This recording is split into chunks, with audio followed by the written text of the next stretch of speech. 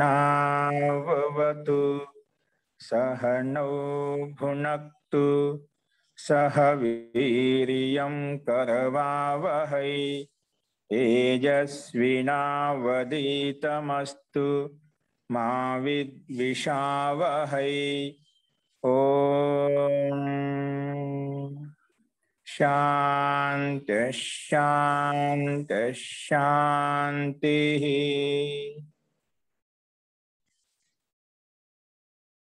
सर्वेभ्यो नमः। అందరికీ నమస్కారం అండి। మనము సాధనా పాఠంలో యోగాంగ అనుష్ఠానం గురించి చెప్పుకుంటున్నాము। మనకు వివేక ఖ్యాతి కలగాలి అంటే, మోక్ష ప్రాప్తి కలగాలి అంటే మనకు యోగాంగ అనుష్ఠానం అభ్యసించాలి, ఆచరించాలి అని చెప్పుకున్నాం। ఈ యోగాంగ అనుష్ఠానం ఆచరించడం వల్ల ఏమి కలుగుతుంది అంటే, యోగాంగ అనుష్ఠానాత్ అశుద్ధి క్షయే జ్ఞానదీప్తి ఆ వివేక ఖ్యాతే అని చెప్పుకున్నాము।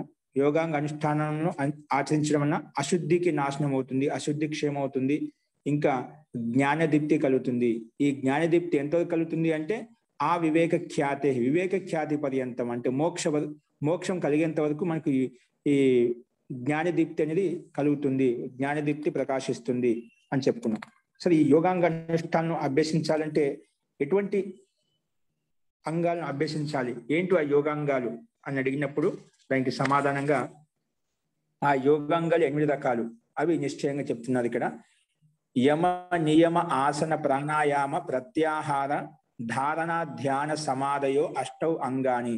ఈ యోగాంగాలు 8 రకాలు, అవి ఏంటి అంటే యమ నియమ ఆసన ప్రాణాయామ ప్రత్యాహార ధారణ ధ్యాన సమాధి, ఈ 8 అంగాలను ఆచరించడం వలన అశుద్ధికి నాశనం అవుతుంది, జ్ఞానదీప్తి కలుగుతుంది అని చెప్పుకున్నాం। సో ఈ 8 అంగాలను చెప్పుకున్నాం। ఏంటి అందులో యమం అంటే ఏమిటి, నియమం అంటే ఏమిటి, ఆసనం అంటే ఏమిటి, ఒక్కొక్క దాని గురించి మళ్ళీ ఇక్కడ వివరణంగా మహర్షి పతంజలి ఏం చెప్తున్నారంటే, అందులో యమం అంటే ఏమిటి, 8 అంగాల్లో యమం అంటే ఏమిటి అన్నప్పుడు దానికి సమాధానంగా యమం అంటే, ఈ యమం కూడా 5 రకాలు। యమంలో కూడా ఆ యమ అనే అంగానికి కూడా అందులో 5 భాగాలు ఉన్నాయి। ఏంటి 5 భాగాలు అంటే అహింస సత్య అస్తేయ బ్రహ్మచర్య అపరిగ్రహాః యమాః, ఇవి 5 రకాలంట కూడా। అహింస, సత్యము, అస్తేయము, బ్రహ్మచర్యము, అపరిగ్రహము, ఈ 5 రకాల 5 భాగాలు ఏవైతే ఉన్నాయో వీటి యమాలు అంటాం। ఈ ఎన్ని కూడా యమ అనే అంగంలో 5 భాగాలు ఉన్నాయి। ఇవి ఎన్ని మనం ఎప్పుడు చూస్తూ ఉంటాం తరచుగా। ఈ యమంలో ఉన్నటువంటి 5 భాగాలను మనం ఆచరించడం వలన కూడా మనకు ఈ అశుద్ధి క్షయము, జ్ఞానదీప్తి కలుగుతుంది। కాబట్టి ఈ యమాల 5 రకాలు, వీటిని అహింస అని చెప్పుకున్నాం, సత్యము, అస్తేయము, బ్రహ్మచర్యం, అపరిగ్రహం, వాటిని ఆచరించడం వలన మనకు ఈ జ్ఞానదీప్తి కలుగుతుందని చెప్పాం। అందులో తర్వాత యమాలు చెప్పుకున్న దాంట్లో ఒక్కొక్కటి చెప్పుకున్న తర్వాత వ్యాస భాషంలో మళ్ళీ నియమాలు అంటే ఏమిటి, ఆ నియమాల విషయంలో నేను చెప్పుకున్నాం। నియమాలు అంటే ఏమిటంటే 2వ అంగము, యోగాంగాలు 2వ అంగం ఏంటి నియమం। నియమం అంటే ఏమిటి అంటే అవి కూడా 5 రకాలు। యమాలు ఏ విధంగా అయితే 5 ఉన్నాయో అలాగే నియమాలు కూడా 5 రకాలు। ఏంటివి 5 రకాలు అంటే శౌచ సంతోష తపః స్వాధ్యాయ ఈశ్వర ప్రణిధానాని నియమాః। శౌచ సంతోష తపస్వాధ్యాయేశ్వర ప్రణిధానాని నియమాః, ఇది నియమాల్లో కూడా 5 రకాలు। అవి శౌచము, సంతోషము, తపము, స్వాధ్యాయము, ఈశ్వర ప్రణిధానము, ఈ 5 రకాలు నియమం కింద చెప్పుకున్నాము। అందులో నేను చెప్పుకున్నాం, శౌచం అంటే 2 రకాలుగా ఉంటుంది। శుద్ధి, శౌచం అంటే శుద్ధి, ఒకటి బాహ్య శుద్ధి చేస్తాం, ఒకటి ఆంతరిక శుద్ధి చేస్తాం। బాహ్య శుద్ధి నీళ్లతోటి, మిట్టి అది పదార్థాలతో శుద్ధి చేస్తాం। అదేవిధంగా ఆంతరిక శుద్ధి ఒకటి ఉంటుంది, మనః శుద్ధి, అది మనము మనలో ఉండే చిత్తంలో ఉండే కామక్రోధ లోభాలు ఏవైతే ఉన్నాయో అవిద్య క్లేశం, వాటిని చిత్తంలో ఉండే క్లేశాలను అవి ధ్యానం ద్వారా మనం శుద్ధి చేసుకుంటాం।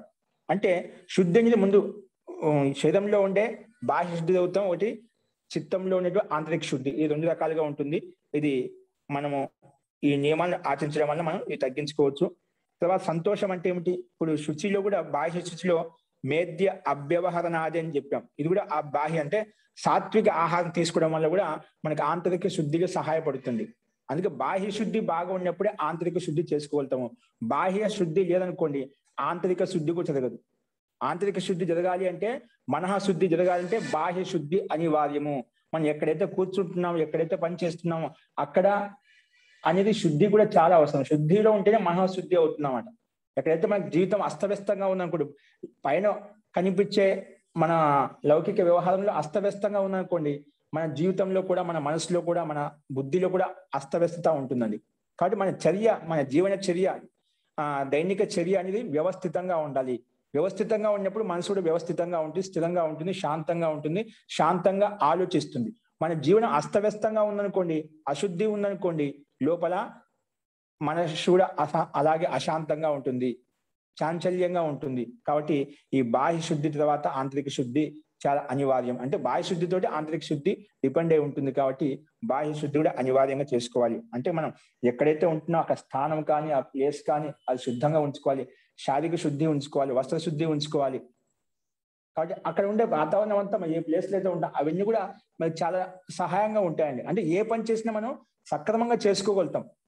మనం ఏ కార్యక్షేత్రంలో అయితే ఉన్నాం అక్కడ ఇలా ఉండటం వలన ఏ పని చేయడానికి మనసు అంగీకరిస్తుంది, సహకరిస్తుంది. ఈ బాహ్య శుద్ధి సరిగ్గా లేదనుకోండి అస్తవ్యస్తం. ఒక ఇంటిలోనే చూసుకోండి, ఇంట్లో ప్రతి ఒక్కటి ఏం చేస్తా అన్ని వ్యవస్థితంగా పెట్టుకుంటారు. ఇంట్లో వాళ్ళు ఆడవాళ్ళంతా కలిసి పొద్దున్న లేక ఇదే పని చేస్తూ ఉంటారు. వ్యవస్థితంగా పెట్టుకుంటున్నా వాళ్ళకి మనిషి ఏదైనా ఒక పని చేయడానికి ఇష్టంగా ఉండదు. అలాగే ఎవరైనా కూడా ఎక్కడ ఏ క్షేత్రంలో ఎవరు పనిచేస్తున్నారో ప్రతిదీ మనకు ఉండే పరిసర ప్రాంతం అంటూ వ్యవస్థితంగా ఉండాలి. అన్ని ప్రతిదీ కూడా మన శరీరంతో సంబంధించి కావచ్చు, వస్తువుతో సంబంధించి కావచ్చు, పరిసరంతో సంబంధించి కావచ్చు, అన్ని వ్యవస్థితంగా ఉన్నప్పుడు మనకి ఏదైనా పని చేయాలన్నప్పుడు ఇంట్రెస్ట్ కలుగుతుంది, శ్రద్ధ కలుగుతుంది. ఒకటి వ్యవస్థితంగా ఉన్నప్పుడు పని సక్రమంగా జరుగుతాయి, ఇంకా ఉత్సాహంగా పని చేయగలుగుతాం. అస్తవ్యస్తంగా ఉన్నప్పుడు మనకి ఏం చేయాలని ఇంట్రెస్ట్ ఉండదు. అప్పుడు ఇంట్రెస్ట్ లేనప్పుడు అది అలాగానే చేస్తాం. అస్తవ్యస్తతో ఉన్నప్పుడు అది కూడా ఉత్సాహంగా చేయకపోవడం వల్ల, అనుత్సాహం చేయడం వల్ల అది కూడా కార్యం కూడా ఆ పని అలాగే ఉంటుంది. ఉత్సాహపూర్వకంగా శ్రద్ధాపూర్వకంగా చేసిన పనులు ఏవైతే ఉన్నాయో అవి వీర్యవంతం అవుతాయంటే మంచి సత్ఫలితాన్ని ఇస్తాయి. అస్తవ్యస్త జీవనంతో చేసినటువంటి క్రియాకలాపాలు ఏ ఆలోచనలు ఉన్నాయో అవి కూడా అస్తవ్యస్తంగానే ఉంటాయి, అంత ఫలితాన్ని ఇవ్వవు, ఏదో చేశామంటే చేసినట్టుగా ఉంటాయి. కాబట్టి ఈ శుద్ధి అనేది చాలా అవసరము. కాబట్టి బాహ్య శుద్ధి, ఆంతరిక శుద్ధి రెండు రకాలుగా ఉంటుంది. సంతోషం, సంతోషం అని చెప్పుకున్నాం. సంతోషం సన్నిహిత సాధనాత్ అధికస్య అనుపాదిత్స. మన దగ్గర ఏవైతే సాధనాలు అందులో సంతోషపడాలి, లేని దానికోసం ఆశపడవు. నువ్వు ఎంతైతే కష్టపడావు ఆ కష్టానికి ఫలితంగా పరమాత్మ ఏదైతే నీకు ఫలితం ఇచ్చాడో దాంతో సంతోషంగా ఉండాలి. అంతేకాని లేని దానికోసం ఎక్కువ ఆశపడకూడదు, బాధపడకూడదు. అప్పుడు మనకు సంతోషం ఉంటుందన్నమాట. కాబట్టి భగవంతుడికి చేసిన కష్టానికి అనుసారంగా మనకి ఏమి ఇవ్వాలో అన్ని ఇచ్చేసాడు కాబట్టి అందులో మనము సంతోషంగా ఉంటేనే మనకి ఎటువంటి దుఃఖం నాకు లేదనే భావన కలగదు. ఇప్పుడు అలా దుఃఖం వచ్చిందనుకోండి, మనం ఎదుటి వాళ్ళని మనకన్నా హై స్థాయిలో ఉండే వాళ్ళు చూసుకోవద్దు, నాకంటే కింది స్థాయిలో ఉండే వాళ్ళని ఒకసారి పోల్చుకొని చూడండి. కనీసం నేను ఈ రకంగా తినగలుగుతున్నా, ఒక చోట ఉండగలుగుతున్నా, నివాసం ఉంది, ఆవాసం ఉంది, అన్ని రకాల సౌకర్యం ఉంది, ఒక 10 మందికి పెట్టగల శక్తి సామర్థ్యం ఉంది. ఇంకాను అలా నీలో ఉండే శక్తి సామర్థ్యం ఆలోచించుకోకుండా నీ దగ్గర ఒక 10,000 ఉంది, ఆ 10,000 ఉండే ధన సంపదను ఆలోచించకుండా నా దగ్గర ₹1,00,000 లేదని చెప్పి బాధపడితే ఎలా? ఉన్నదాన్ని సంతోషపడినా ఆ 10,000 ఎలా ఉపయోగించుకోవచ్చు. అదేవిధంగా నీ దగ్గర సామర్థ్యాన్ని చూసుకున్నావంటే నీకు సంతోషం కలుగుతున్నాడు. అంటే ఉన్నదాన్ని ఆచరించకుండా, దాన్ని అనుభవించకుండా, లేని దాని కోసం అని చెప్పి ఉన్నదాన్ని కూడా మనం అనుభవించకుండా వదిలేస్తూ ఉంటాం. కాబట్టి అటువంటి ఎప్పుడన్నా భావన కలిగినప్పుడు మనకంటే ఇంకా కింది స్థాయిలో ఉన్న వాళ్ళని పోల్చుకోవాలి. మనకంటే పై స్థాయిలో ఉన్న వాళ్ళని పోల్చుకోవద్దు.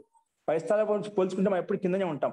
కాబట్టి మనం ఒకటి కింద స్థాయి, వాళ్ళకంటే నేను ఎత్తులో స్థితిలో ఉన్నాను, ఎంతో పుణ్యం చేశాను, ఎంతో మంచి కర్మలు చేస్తున్నా ఈ స్థితిలో ఉన్నా అని చెప్పి మనం ఆ రకంగా ఆలోచించుకోవాలి.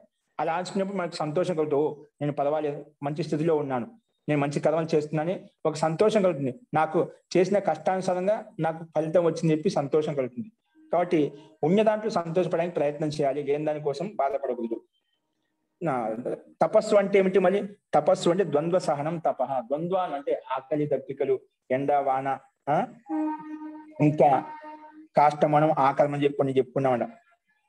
స్థానాసనే అంటే కూర్చునే స్థానంలో కానీ నిలబడి, కొంతమంది తపస్సు చేసే వాళ్ళు నిలబడి తపస్సు చేస్తుంటారు, కూర్చొని తపస్సు చేస్తుంటారు, ఒంటికాలను తపస్సు చేస్తుంటారు, రకరకాల వాళ్ళు ఒక రకంగా తపస్సు చేస్తుంటారు. కొంతమంది పంచాగ్ని అంటే 5 పంచభూతాలు సాక్షిగా పెట్టుకుని 5 అగ్నిలు ధ్వని ధూమం వెలిగించి అక్కడ మధ్యలో కూర్చొని తపస్సు చేస్తుంటారు రకరకాలుగా. అంటే తపస్సులో కూడా ఒకటి యథార్థం తెలుసుకొని చేయాలి. చాలా మంది కొంతమంది సాధు సన్యాసులు అలాగా ధూని కాల్చుకుంటూ దాని మధ్యలో కూర్చొని తపస్సు చేస్తుంటారు.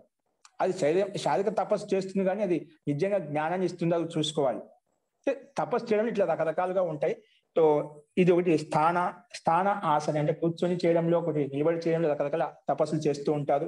ఇంకా కాష్టమనం ఆకారమనం చెప్పాము. కాష్టమనము ఆకారమనం ఒకటి. కాష్టం అంటే కర్ర ఏ విధంగా స్థిరంగా ఉంటుందో, స్తూపం ఏ విధంగా స్థిరంగా ఉంటుందో అలా ఉండి సంకేతం మాత్రం ఉండదు. అంటే మనసా వాచ కర్మ పూర్తిగా స్తబ్దం అయిపోవడం. అలా ఒకటి వ్రతం తీసుకొని, మౌన వ్రతం తీసుకొని కేవలం పరమాత్మ చింతన లీనం కావడము, దాన్ని కాష్టమనం అంటాం. ఒకటి ఆకార మౌనము, కేవలం వాక్కుతో మనం మాట్లాడము, మిగిలిన అన్ని చేష్టలు చేస్తూ ఉంటాం, సంకేతాలు చేస్తూ ఉంటాం. అది ఒకటి ఆకార మౌనం. అలా కూడా కొన్ని తపస్సు చేస్తుంటారు. అలా చేసినా కూడా కొంచెం శారీరక కష్టం కలుగుతూ ఉంటుంది అన్నమాట. అట్లా వాటిని సహించుకోవడం, దాన్ని తపస్సు అని చెప్తాము. అదేవిధంగా లాభ నష్టాల్లోనూ, అంటే ప్రతి స్థితిలో, దుఃఖంలోను సుఖంలో ప్రతి స్థితి సమావస్థలో ఉంటాయని ప్రయత్నం చేయాలి. దాన్ని సమావస్థలో ఉండటమే ఇక్కడ ద్వంద్వాలను వచ్చినప్పుడు సహన భావంతో, ధైర్యంతో ఎదుర్కోవడమే తపస్సు అంటాము. కాబట్టి ఇంకా ఇందులో కొంతమంది ఏం చేస్తారంటే వ్రతానిచ ఏషాం యథాయోగ్యం, అంటే అనుకూల్యంగా కృత్ర చాంద్రాయణ శాంతిపనాదీని అనే వ్రతాలు చేస్తున్నాం. చాంద్రాయణ వ్రతము, కృత్ర వ్రతం అని చెప్పి కొంత ఆడవాళ్ళు చేస్తూ ఉంటారు, నేను చెప్పుకున్నాం. అవి చాంద్రాయణ వ్రతం అంటే ఇక్కడ ఒకటి మనుస్మృతిలో ఒక శ్లోకం ఇచ్చారండి. చాంద్రాయణ వ్రతం అంటే మనుస్మృతిలో 11వ అధ్యాయము 216వ సూత్రం అండి ఇది. ఏకైకం హ్రాసయేత్ పిండం కృష్ణో శుక్లేచ వర్ధయేత్ ఉపస్పృశం త్రిశవనం ఏతత్ చాంద్రాయణం వ్రతం, ఏతత్ చాంద్రాయణం స్మృతం అని చెప్పి ఇక్కడ మనుస్మృతిలో ఒక శ్లోకం ఇచ్చారు. అంటే ఏకైకం హ్రాసయేత్ పిండం అంటే ఒక్కొక్క పిండాన్ని కృష్ణపక్షంలో ఏం చేయాలంట అంటే ముందు ఆ దినంలో ప్రాతకాలం, మధ్యాహ్నం, సాయంకాలం అంటే శుద్ధి చేసిన తర్వాత, అంటే మనం ఎందుకంటే ప్రాతకాలం, మధ్యాహ్నం, సాయంకాలమే కదా ఆహారం తీసుకునేది. ఆ టైంలో మనం ఒక్కొక్క గ్రాసం వదులుకోవాలంట. అంటే బాగా స్నానం చేసిన తర్వాత ఏం చేయాలి, కృష్ణపక్షంలో ఒక్కొక్క గ్రాసం, ఒక్కొక్క ముద్ద తగ్గించుకుంటూ వెళ్ళాలి. కృష్ణపక్షంలో తగ్గుకుంటూ వస్తుంది ప్రకాశం అనేది, అలా ఒక్కొక్క ముద్ద తగ్గించుకుంటూ రావాలంట. ఒక్కొక్క ముద్ద తగ్గించుకుంటూ రావాలి. ఎప్పుడు ప్రాతః, మధ్యాహ్న, సాయం సమయాల్లో అలాగా తగ్గించుకుంటూ మళ్ళీ అమావాస్య తర్వాత మళ్ళీ పుణ్యమి ఎప్పుడైతే శుక్లపక్షం స్టార్ట్ ఉందో అప్పుడు ఒక గ్రాసు మళ్ళీ ఏవైతే తగ్గించుకుంటో ఒక గ్రాసు పెంచుకుంటూ రావాలి. అట్లా ఒక కృష్ణపక్షుని తగ్గించుకుంటూ రావడము, కృష్ణపక్షుని మళ్ళీ పూర్ణిమ వరకు ఒక్కొక్క గ్రాసుని ఏ విధంగా తగ్గించామో అదే విధంగా ఒక్కొక్క గ్రాసు పెంచుకుంటాను, ఒక్కొక్క ముద్ద పెంచుకుంటూ మళ్ళీ రావడం. అలా చేస్తే ఒక చాంద్రాయణ వ్రతం అంటామంట. అలా కొంచెం చేసేవాళ్ళు, అంటే యోగ సాధకులు యోగాభ్యాసం చేసేవాళ్ళు అలాంటి ప్రయత్నాలు చేస్తుండే, తపస్సు చేసి వాళ్ళు అంటే సాత్విక వృత్తిని పెంచుకోవడం కోసం అలా ప్రయత్నాలు చేస్తూ ఉంటారండి. కాబట్టి అది అంటే ఎక్కువ సమయం ఆ పరమాత్మలో నిమగ్నం కావడం కోసం, లీనం కావడం ఇలాంటి ప్రయత్నం చేస్తుంటాం. అంటే చాంద్రాయణ వ్రతం అంటే ఏమిటంటే ఇక్కడ మనుస్మృతిలో ఒక శ్లోకం చెప్పాడు. ఈ రకంగా మనం చేసుకుంటూ రావాలి. ఇంకోటి ఇలా వ్రతం చేస్తా అని చెప్పిన కృష్ణపక్షం ఒక గ్రాసం గ్రాసం అంటే ఒక ముద్ద తగ్గించుకుంటూ శుక్లపక్షని పెంచుకుంటూ రావాలని చెప్పాం. అది ఏ రకంగా చేయాలని ఇంకొక శ్లోకం మనుస్మృతిలో ఉంది. అంటే పంచగవ్యాలతోటి తయారైనటువంటి పదార్థం ఏంటని, పంచగవ్యాలతోటి తయారైన పదార్థం చేత మనం ఈ చాంద్రాయణ వ్రతం చేస్తాం. అంటే చాంద్రాయణ వ్రతము, కృత్ర శాంతాపనాది వ్రతం అని చెప్పి ఈ రెండు దానికి ప్రభేదాలు. ఇక్కడ ఏమి ఇచ్చారంటే పంచగవ్యాలు, ఇది కూడా మనుస్మృతిలో 11వ అధ్యాయంలో 212వ సూత్రం అండి. అంటే దగ్గరలో ఉంది. ఇది 16వ సూత్రము, అది 12వ సూత్రము. అంటే అంటే చాంద్రాయణ వ్రతం అది చెప్పాము. కృత్ర వ్రతం అంటే ఏమిటి, శాంతాపన వ్రతం అంటే ఏమిటి, ఆ విషయం చెప్తున్నాడు. గోమూత్రం, గోమయం, క్షీరం, దది, సర్పి, కుశోదకం. కుష్ అంటే తినికలు ఉంటాయి, దాంతో వేసేటువంటి జలం అన్నమాట. కుశోదకం ఏకః రాత్రోపవాసశ్చ కృత్రం శాంతాపనం స్మృతం. ఈ 5 అంటే గోమూత్రము, ఆవు యొక్క పేడ, ఆవు మూత్రము, ఇంకా పాలు, పెరుగు, నెయ్యి, ఇంకా కుశం అంటే అవి తినికలు ఉంటాయి కదా, యజ్ఞ హోమంలో ఉపయోగిస్తుంటాం. వాటితో చేసిన తీసుకునే నీళ్ళు అంటాం. ఆ నీళ్ళు మొత్తం కలిపి అన్నిటిని కలిపి ఏదైతే పదార్థం తయారైందో వాటిని ఒక్కొక్కరు వదిలేస్తూ అంటే ఇదే విధంగానే మన కృష్ణ పక్షులు ఒక్కొక్క గ్రాసం వదిలేస్తాము, మళ్ళీ కృష్ణ పక్షి పెంచుకున్నా ఆ రకంగా మనం వ్రతం చేసామనుకోండి ఈ పంచగవ్యాలతోటి, దాన్ని శాంతాపన కృత్ర వ్రతం అంటామంట. శాంతాపన కృత్ర వ్రతం. అందుకే ఈ పంచగవ్యాల విషయంలో చాలా మనకు సాత్వికతలో శరీరానికి ఆరోగ్యంగా ఉంచడంలో చాలా ఉపయోగపడతాయి. పంచగవ్యాలు కూడా ఉపయోగిస్తూ ఉంటాం చాలా మంది. ఈ పంచగవ్య ప్రతి పదార్థం కూడా అన్ని మనకు ఉపయోగకరమైనదే. కాబట్టి ఇట చాంద్రన వ్రతం, కృత్ర వ్రతం అని చెప్పి చాలా మంది చేస్తూ ఉంటారు. ఈ తపస్సులో రకరకాల ప్రభేదాలు మనం చెప్పుకున్నాము. అలాగే నెక్స్ట్ స్వాధ్యాయం అంటే ఏమిటి చెప్పాను. స్వాధ్యాయ మోక్ష శాస్త్రానం అధ్యయనం ప్రణవ జపోవా. అంటే స్వాధ్యాయం అంటే మనకు మోక్షానికి అనుకూలమైన గ్రంథాలు, శాస్త్రాలు ఏవైతే ఉన్నాయో వాటిని చదువుకోవడం. ఉపనిషత్తులు కానీ, మనుస్మృతి కానీ, రామాయణ మహాభారతాలు కానీ, అంటే మనకు మోక్షం ప్రతి ప్రేరణ కలిగించేటువంటి శాస్త్రాలను మనం అనుకూలంగా ఉండేటువంటి శాస్త్రం మనం చదువుకోవాలి. దాన్ని స్వాధ్యాయం అంటాము. అంటే మనం ఎల్లప్పుడూ మన ఉన్నతి మార్గం వైపు తీసుకెళ్లేటువంటి గ్రంథాలు ఏవైతే ఉన్నాయో, భగవద్గీత కావచ్చు, ఇవి ఇంకా అట్లా అటువైపు తీసుకెళ్లేటువంటి మనసును ప్రేరేపించేటువంటి, దుఃఖం నుంచి దూరం చేసేటువంటి గ్రంథాలు ఏవైతే ఉన్నాయో, శాస్త్రాలు ఏవైతే ఉన్నాయో వాటిని అధ్యయనమే స్వాధ్యాయం అంటాము. అలా స్వాధ్యాయం చేయడం వలన ఇష్టదేవతలే మన దగ్గరికి వస్తుంది. స్వాధ్యాయం బాగా సాత్విక సంకల్పం ఉంటేనే అయిపోయింది. గురువులు, దేవతలేని కూడా మన దగ్గరికి వస్తే మనం అక్కడికి వెళ్ళాల్సిన అవసరం లేదు. ఎందుకంటే ఒక సాత్విక సంకల్పబద్ధంతో నేను తెలుసుకోవాలి, జిజ్ఞాసభావంతో ముందుకు వస్తున్నా అంటే వాళ్ళే మన దగ్గరికి వచ్చేస్తారు. స్వాధ్యాయం ఇష్ట దేవత ఇష్టదేవత రమిస్తారంట. అంటే మన దగ్గరికి వచ్చి మనం ప్రేరేపిస్తారు, మనం ముందుకు తీసుకెళ్తారు. కాబట్టి కేవలం మనకి సంకల్పం, లక్ష్యం స్వాధ్యాయం చేయాలి, తెలుసుకోవాలని కోరిక బలంగా ఉంటే చాలు, అన్ని పనులు నెరవేరిపోతాయి. సగం పనులు దీనివల్ల నెరవేరుతాయండి. ఆత్మిక బలం కూడా దీనివల్ల పెంపొందించుకుంటాము. ఆత్మబలం చాలా మందికి ఉండదు. మనోబలం, ఆత్మబలం అంటే మనోబలం చాలా మందికి ఉండదు. అది స్వాధ్యాయం ద్వారా మానసిక బలం కూడా పెరుగుతుంది మనకు. కాబట్టి స్వాధ్యాయం అంటే మోక్ష శాస్త్రానికి సంబంధించిన అధ్యయనం చేయడమే స్వాధ్యాయం అంటాము. ఈశ్వర ప్రణిధానం అంటే అంటే నువ్వు ఏం చేసిన క్రియాకాలం పొద్దున్నుంచి సాయంత్రం వరకు ప్రతి క్రియాకాలం ఈశ్వరుని స్మరణలో ఉంచుకొని నువ్వు పని చేస్తూ ఉండాలి. ఇదంతా కూడా ఆ పరమాత్మ ఇచ్చిన శక్తి సామర్థ్యం ద్వారా నేను పని చేస్తున్నాను అలాంటి భావనతో నువ్వు పని చేస్తున్నావు అనుకోండి. ఏ పని చేసుకోండి, నీ వృత్తి ధర్మం అయితే దాంట్లో లీనమై పని చేస్తుంది, కానీ ఎల్లప్పుడూ ఈశ్వరుని నీ మనసులో వెలుగుతూ ఉండాలి.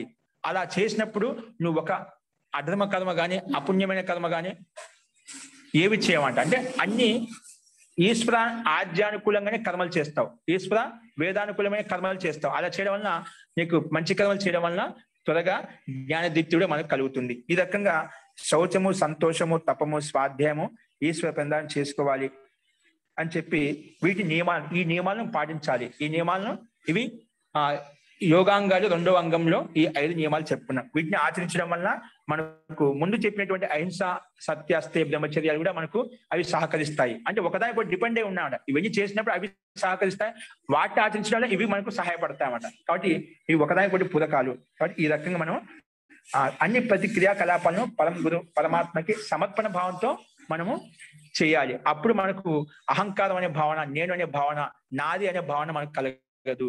ఇంకా సాత్విక కర్మలు చేయడం వల్ల, సాత్విక బుద్ధి ఉండటం వల్ల మనం మంచి కర్మలు చేసుకుంటూ వెళ్తాము. ఈ విషయంలో ఒక శ్లోకం ఇచ్చే యోగి ఎలా ఉంటుంది.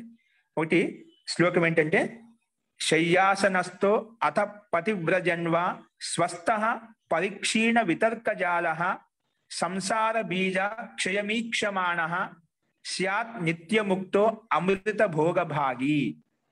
ఏంటని?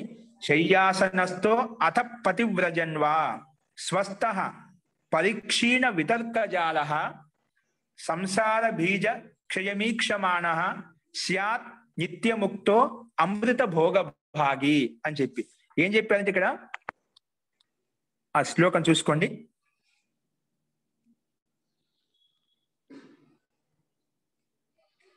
ఇక్కడ శయ్యాసనస్థ అంటే ఒక యోగ సాధకుడు శయ్యాసనస్థ అంటే, శయ్య అంటే మనం ఏదో అక్కడ ఎక్కడైతే ఏ స్థలంలో ఉంటుందో అక్కడ శయ్యాసనం ఏదైతే ఉందో, శయ్య ఆసనం మీద కానీ అంటే ఒక పడుకొని కానీ, లేదంటే కూర్చొని కానీ. శయ్య ఆసన అంటే కూర్చొని కానీ. ఇంకా శయ్యాసనస్థ అత పతివ్రజన్వా. పతివ్రజన్వా అంటే ఇక్కడ మార్గంలో వెళ్తూ, ఏదైనా మార్గంలో వెళుతూ,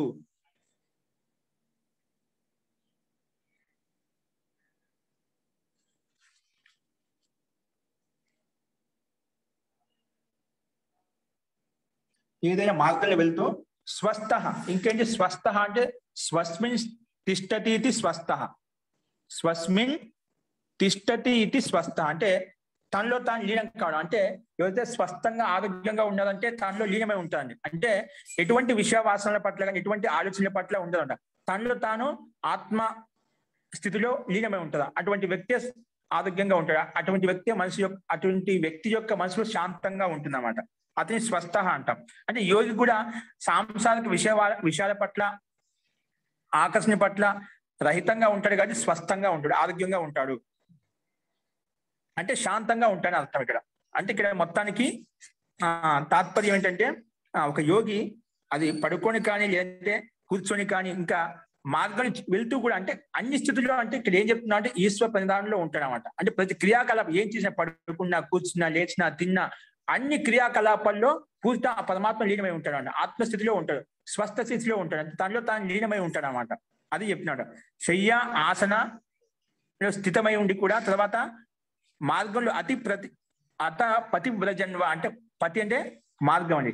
దాంట్లో వెళ్తూ కూడా అంటే ఏదైనా మార్గంలో వెళ్తూ కూడా ఇంకా ఆత్మనిష్టలో ఉంటాడు. అంటే ఈ క్రియాకలాపాలు చేసి కూడా ఆత్మనిష్టలో ఉంటాడు, తన ఆత్మలో లీనమై ఉంటాడు. ఇంకెలా ఉంటాడు?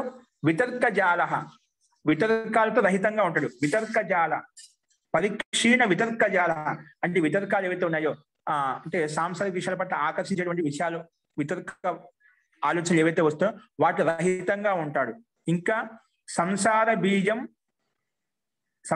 బీజ క్షయమీక్షమ, సంసారం యొక్క బీజం ఏదైతే ఉందో, అవిద్య క్లేశ బీజాలు ఏవైతే ఉన్నాయో వాటిని ఈక్షమాన అంటే క్షయం అంటే నాశించడానికి ఇష్టపడుతూ స్యాత్ నిత్యముక్తో అమృత భోగ భాగి అంటే వాటిని నాశనం చేయడానికి ఇష్టపడుతూ లేదా నష్టం చేస్తూ నిత్యముక్త అంటే నిత్యం ఆనందంగా ఉంటాడు.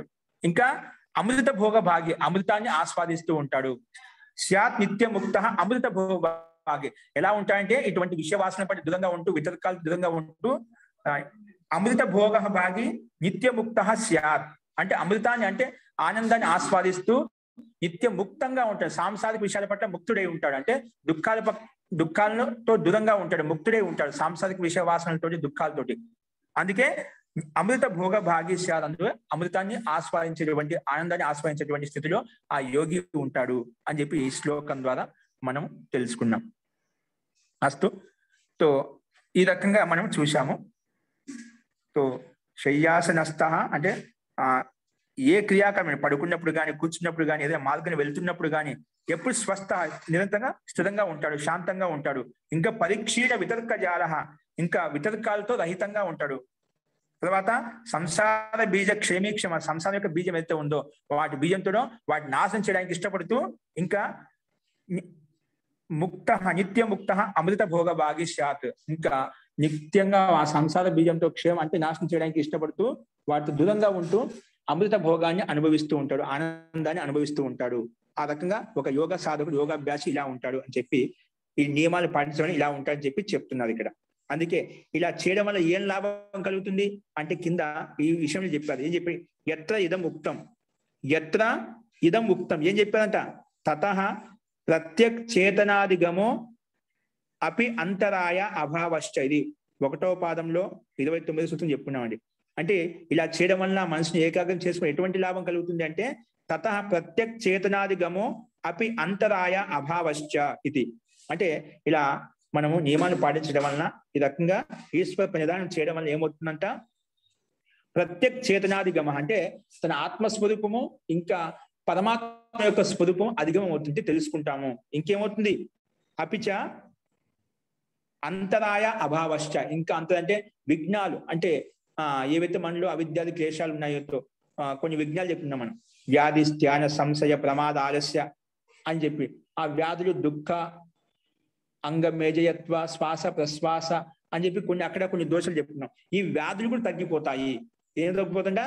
ఇలా చేయడం వలన మనలో క్లేశాలు తొలగిపోవడమే కాకుండా మనలో అవిద్య తొలగిపోవడం కాకుండా వాటితో పాటు ఆత్మ సాక్షాత్కారం, పరమాత్మ సాక్షాత్కారం కలుగుతుంది. అంటే ఇలా మనం అభ్యాసం చేయడం వల్ల యోగాంగానుష్ఠానం చేయడం వల్ల ఈ లాభాలు కలుగుతాయి. ప్రత్యేక చేతనాదిగమ జీవాత్మక పరమాత్మ యొక్క దర్శనం అవుతుంది.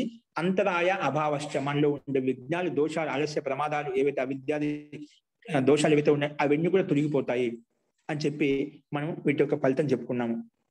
అంటే ఈ విషయంలో ఈ శ్లోక సంబంధించి యోగి ఇలా ఉంటాడు కాబట్టి ఇటువంటి ఆత్మదర్శనం కలుగుతుంది. అన్ని క్లేశాలతో దూరంగా ఉంటాడు, ఇంకా ఆరోగ్యంగా ఉంటాడు, అమృతాన్ని అనుభవిస్తూ ఉంటాడు అని చెప్పుకున్నాం. ఇంకా క్లేశాలు తొలగిపోతాయి అని చెప్పుకున్నాం. అస్తు. ఇప్పుడు వీటిని మనము ఈ యమాల విషయం చెప్పుకున్నాం, నియమాలు చెప్పుకున్నాం.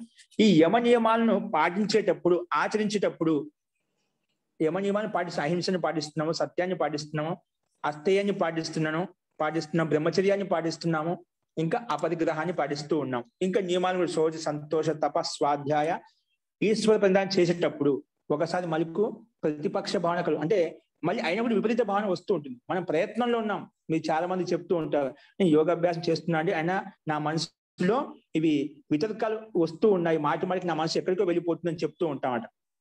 అట్లా వచ్చినప్పుడు ఏం చేయాలి? అట్లా యమ నియమాలను ఆచరించేటప్పుడు మనకు ఆలోచనలు వస్తూ ఉంటాయి. వాటిని ఎలా తొలగించుకోవాలి అంటే దానికి సమాధానంగా మహర్షి పతంజలి ఏం చెప్పారంటే, వితర్క బాధనే ప్రతిపక్ష భావనం. వితర్క బాధనే అంటే నువ్వు యమ నియమాలను ఆచరించేటప్పుడు ఏవైతే వితర్కాలు ఉత్పన్నమవుతాయో, ఏవైతే ఆలోచనలు ఉత్పన్నమవుతాయో అప్పుడు ప్రతిపక్ష భావనం, దానికి విపరీత భావన ఆలోచించు, దానికి విపరీతంగా ఆలోచించు.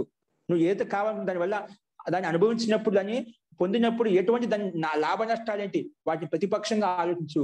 అలా ప్రతిపక్షంగా ఆలోచించడం వలన నీకు ఈ బాధ అనేది ఉండదు. అంటే ఈ వితర్కాలను బాధించవు. అంటే ప్రతిపక్షంగా ఆలోచించినప్పుడు నీకు ఎటువంటి కష్టాలు ఉండవు, ఈ వితర్కాలు ఉండవు అని చెప్పాను. అందుకే వితర్క బాధనే యమనియమ ఆచరించినప్పుడు ఏవైతే వితర్కాలు ఉత్పన్నమవుతాయో వాటికి విపరీతంగా ప్రతిపక్ష భావన చేయాలి.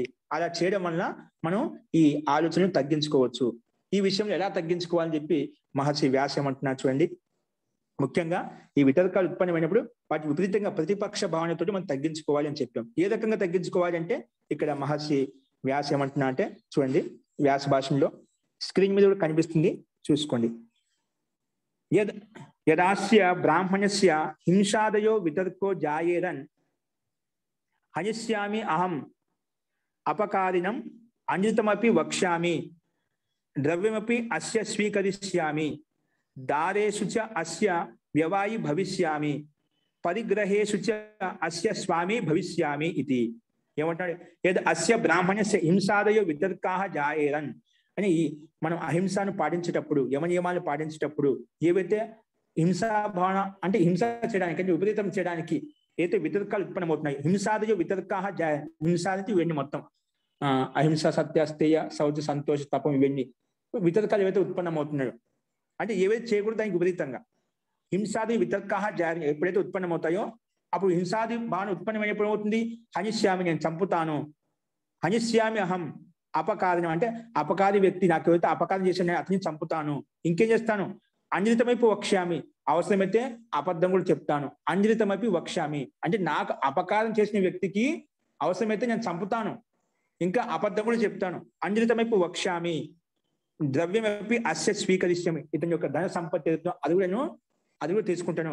ద్రవ్యమపి అస్య స్వీకరిష్యామి, ఇతని యొక్క ధన సంపత్తి అవుతుందో అది కూడా స్వీకరిష్యామి, తీసుకుంటాను. ఇంకా దారేషు చ అస్య వ్యవాయి భవిష్యామి, అతని స్త్రీ ఎవరైతే ఉన్నదో, పతి పత్ని ఎవరైతే ఉన్నదో వాళ్ళని కూడా అనుభవిస్తాను. అంటే ఇక్కడ వాళ్ళని కూడా ఏదైనా చేయడానికి నేను సిద్ధపడతాను. అంటే అపకారం చేసిన వ్యక్తి ప్రతి ఇట్లా హింసాది భావన ఆలోచిస్తున్నామంట. దారేషు చ అస్య వ్యవాయి భవిష్యామి, అవసరమైతే వాళ్ళ స్త్రీలను కూడా అపహరిస్తాను. పరిగ్రహేషు చ అస్య స్వామి భవిష్యామి ఇది. పరిగ్రహేషు చ అస్య స్వామి భవిష్యామి, ఇంకా అతను ఏవైతే పరిగ్రహం చేసుకున్నాడో ధన సంపత్తి ఇవన్నీ సంపాదించుకున్న వాటన్నిటి కూడా నేనే స్వామి అవుతాను అని చెప్పి ఈ రకంగా హింసాది వితర్కాలు వస్తున్నాయి మనసులో. ఎవరికి? మనం యమ నియమాలు ఆచరించేటప్పుడు కొంతమందికి నాకు అపకారం చేసిన వ్యక్తికి ఇలాంటి ఒక్కోసారి మనం లౌకికంగా వ్యవహారంలో చూస్తూ ఉంటామని, మనకి ఎవరైతే అపకారం చేశారో అది వెనక ముందు వాళ్ళు చేశారా ఖచ్చితంగా వాళ్ళకి నాకు ఏమన్నా అయిపోయింది కానీ అతనికి మటుకు మంచి జరగకూడదు, అని చంపుతా, నాశనం చేస్తా అని ప్రతిపక్ష భావన మనకు కలుగుతూ ఉంటుంది, హింసాది భావన కలుగుతూ ఉంటుంది. అని ఏం చేయడానికి సిద్ధపడతామట, కుటుంబం నాశనం చేయడానికి సిద్ధపడతామట. ఒక వ్యక్తి ఆ కోపంలో, ఆవేశంలో అన్ని రకాలుగా చేయడానికి సిద్ధపడతామన్నమాట. అందుకే ఇటువంటి భావన కలుగుతుంది. అటువంటి భావన కలిగినప్పుడు ఏం చేయాలి? ఏవం ఉన్మార్గ ప్రవణం వితర్క జ్వరేణ అతి దీప్తేన బాధ్యమానః తత్ ప్రతిపక్షాన్ని భావయేత్. అలాగా ఏ ఉన్మార్గ ప్రవణ వితర్క జ్వరేన అంటే ఉన్మార్గంతో ఆ విధంగా ఇలా విపరీత భావన కలిగిందనుకో అపకారి వ్యక్తికి అంటే పాపి వ్యక్తి పట్ల అలా చేయాలని కలిగిందనుకోండి, ఉన్మార్గ ప్రవణ వితర్క జ్వరేన అంటే ఆ వితర్కంతో ఆలోచనలతోటి క్రోధంతో చంపాలి నాశనం చేయాలని భావన ఇప్పుడు పైన చెప్పిన విధంగా అలాంటి వితర్క జ్వరంతో ఉద్దీప్తమైనప్పుడు అలా బాధపడుతున్న బాధ్యమాన తత్ ప్రతిపక్షాన్ భావయేత్. అప్పుడు వాటికి విపరీతంగా ప్రతిపక్ష భావన చేయాలి, విపరీతంగా ఆలోచించాలి, అలా చేయకూడదు. ఇప్పుడు ఏదో చేశాడు ఎదుటి వ్యక్తి చేశాడని చెప్పి నేను సమర్థించడం కాదు ఇక్కడ తాత్పర్యం. ఒక యోగాభ్యాస యోగ సాధకుడు వాటికి విపరీత ఆలోచన చేయాలి, హింసాది అలా చేయకూడదు. దానికి పరిష్కారం దానికి సమాధానం ఇంకో రకంగా ఉంటుంది.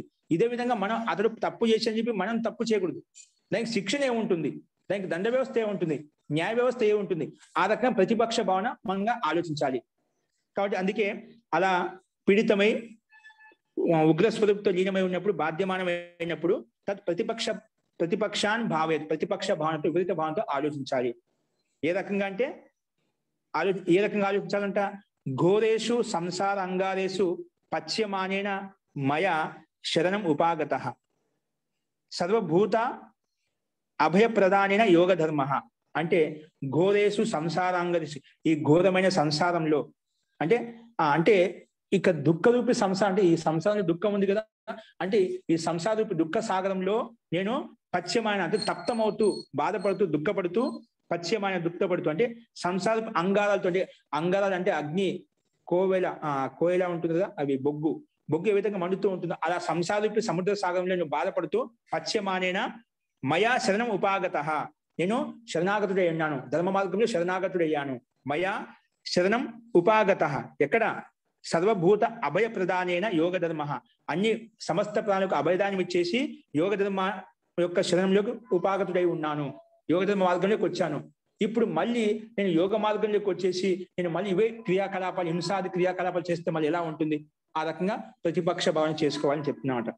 అందుకే యోగ ధర్మం ఆచరించాను, ఇప్పుడు మళ్ళీ నేను అటువంటి హింసా క్రియాకలాపాలు చేసిన అపకారి వ్యక్తి అని చెప్తే ఇప్పుడు మళ్ళీ అదే సంసార బంధంలోకి సంసార సాగరంలోకి వెళ్ళిపోతాము, సంసార దుఃఖ సాగరంలోకి వెళ్ళిపోతాము అని చెప్పి ప్రతిపక్షంగా ఆలోచించుకోవాలని చెప్పి ఇక్కడ చూపించాడు అనమాట.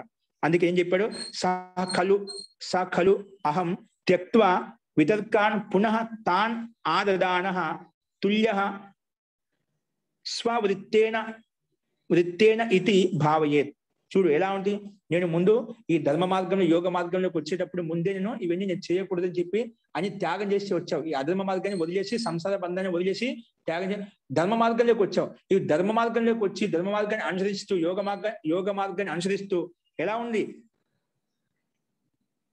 సా కలు అహం త్యక్త్వా ఏవైతే నేను వద్దనుకున్నానో, ఏవైతే విషయవాసన వద్దనుకున్నామో అవన్నీ వదిలే కూడా హింస చేయను, ఇవన్నీ ధర్మ మార్గాన్ని అనుసరిస్తా అని చెప్పి సంకల్పం తీసుకొని ఇప్పుడు ఏం చేస్తున్నావు, అన్ని వదిలేసి అహం త్యక్త్వా వితర్కాన్ పునః ఆ వితర్కాలని మళ్ళీ అవే ఆలోచనలు ఆ విషయ వాసనలు మళ్ళీ వితర్కాన్ పునః తాన్ ఆదదాన మళ్ళీ వాటిని కావాలనుకుంటూ తుల్య దానికి నువ్వు ఏ రకంగా ఉంటున్నావు అంటే స్వవృత్తేన ఇది భావయ. నువ్వు ఒక కుక్క అనేది ఎలా అవుతుంటే వమనం చేసి స్వవృత్తి అంటే ఏమిటి వమనం చేసి మళ్ళీ దాన్ని తింటుందండి.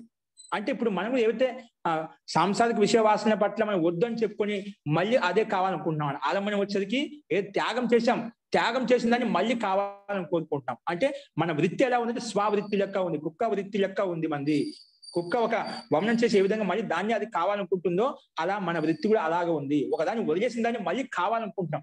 సంసారంలో చూస్తుంటాం చాలా మంది, ఇది వద్దు ఇది తప్పు అని తెలిసినా కూడా మళ్ళీ కొన్ని రోజుల తర్వాత మళ్ళీ దానికోసం వెంటాడుతూ ఉంటాం. వద్దనుకున్నాం పూర్తిగా, అది దుఃఖదాయిని అని చెప్పాం, ఇది నష్టం, ఇది మళ్ళీ దీనివల్ల నష్టం ఉంది, చాలా అపమానం ఉంది, చాలా అపకీర్తి ఉంది అన్ని తెలుసు, ఇలా చేయకూడదు తెలుసు, కానీ మళ్ళీ అదే వృత్తి చేస్తూ ఉంటాం, అదే ఆలోచనలో అదే విషయవాసనలో లీనమవుతూ ఉంటాం. వదిలేసిన దాన్ని మళ్ళీ కావాలనుకొని పోవడమే ఇది స్వవృత్తి లెక్క ఉంది. స్వవృత్తేన ఇది భావయేత్ యథా ఎలాగంటే అది చెప్తున్నాడు. స్వవాంతావలేహి స్వ అంటే కుక్క, ఇక్కడ వాంతావలేహి అంటే అది వాంత వమనం చేసింది మళ్ళీ ఆవలేహి మళ్ళీ తింటుందంట. ఆ వాంతావలేహి తథా త్యక్తస్య పునర్ ఆదదాన ఇది. అలా నువ్వు అన్ని వితర్కాలను విషయవాసన సంసారిక బంధనాలు ఏవైతే ఉన్నాయో సాంసారిక విషయవాసన ఏవైతే ఉన్నాయో వాటిని వదిలేసి నువ్వు మళ్ళీ కావాలనుకుంటున్నావు, మళ్ళీ హింసాది పని చేయాలనుకుంటున్నావు. కాబట్టి ఇలాంటి స్వవృత్తి ఉండకూడదు, స్వాంతావలేహి కాకూడదు. అలా వచ్చి వదిలేసా త్యాగం చేసేయాలి. ఇంకా మళ్ళీ అధర్మ మార్గం వైపు మళ్ళీ కన్నెత్తి చూడకూడదు, తిరిగి రాకూడదు. కాబట్టి ఆ స్వాంతావలి తథ అలాగా త్యక్తస్య పునర్ ఆదదాన, నువ్వు ఆ రకంగా వదిలేసిందని మళ్ళీ ఆదదాన మళ్ళీ తీసుకుంటున్నావు, మళ్ళీ ఆస్వాదిస్తున్నావు, మళ్ళీ ఆ హింసాది క్రియాకలాపాలు చేస్తున్నావు, ఇంకా విషయవాసన పట్ల లోన్ అవుతున్నావు, అంటే అధర్మ మార్గం చేస్తున్నావు, పాపం చేస్తున్నావు, అవి చేయకూడదు. ఏవం ఆది సూత్రాంతరేషు అపి యోజ్యం, ఇలాగే వేరే విషయాలు ఇప్పుడు ఒక విషయం అహింస విషయాలు చెప్పుకున్నాం, అలాగే సత్యము, అస్థేయము, బ్రహ్మచర్యము, ఇంకా శౌచము, అన్ని విషయాల్లో మనం ఇదే విధంగా చూసుకోవాలి. ఏ విషయం పట్ల అయితే మనకు ఆకర్షణ కలుగుతుందో అక్కడ వాటిని ప్రతిపక్ష భావన ఆలోచించాలి, విపరీత భావన ఆలోచించాలి. దీనివల్ల లాభం ఏంటి, దీనివల్ల నష్టం ఏంటి, దీనివల్ల నాకు సంసార బంధనం వస్తుందా, ముక్తి కలుగుతుందా, ఏం కలుగుతుంది, అలా ప్రతి విషయం పట్ల ఏవం ఆది సూత్రాంతరేషు వేరే విషయాలు ఏవైతే ఉన్నాయో యమ నియమాల్లో వాటి అన్ని యమ నియమాలు మొత్తం ఆసన ప్రాణం ఇవన్నీ కూడా ఒక్కొక్క దానికి పూతకాలం చెప్పారా, ఒకటి బాగుంటే మిగతా అన్ని కూడా బాగుంటాయి అన్నమాట. ఏవం ఆది సూత్రాంతరేషు వేరే సూత్రాలు కూడా యోజ్యం అర్థం చేసుకోవాలి అని ఈ రకంగా మనం వ్యాస భాషలో చెప్పుకున్నాం. అంటే వితర్క భావన అంటే యమ నియమాలు ఆచరించినప్పుడు ఏవైతే తర్క వితర్కాలు ఆలోచనలు వస్తూ ఉంటాయో వాటి ప్రతిపక్ష భావన పూర్వకంగా ఆలోచించాలి. విపరీత భావనతో ఆలోచించినప్పుడు వాటిని మనం తగ్గించుకోవచ్చు, ఆలోచనలు తగ్గించుకోవచ్చు. అలా ఆలోచించడం లేదు కాబట్టి మనకు ఆ స్వార్థంలో ఏవైతే వద్దనుకున్నా మళ్ళీ అవే కావాలని చెప్పి మళ్ళా స్వవృత్తి లెక్క మనం చేస్తున్నాం, స్వవాంతావలేహి అవుతున్నాం. అలాంటి స్థితి మనం తెలుసుకోకూడదు. ధర్మ మార్గం వచ్చిన తర్వాత సర్వభూత అభయ ప్రధానైన యోగ ధర్మ శరణం ఉపాగత, అంటే అన్ని ప్రాణులకు అభయదానం ఇచ్చేసి యోగ ధర్మాన్ని శరణానికి వచ్చేసాను, మళ్ళీ వచ్చిన తర్వాత మళ్ళీ అధర్మం చేయడం అంటే మళ్ళీ ఎంతవరకు సామంజస్యం.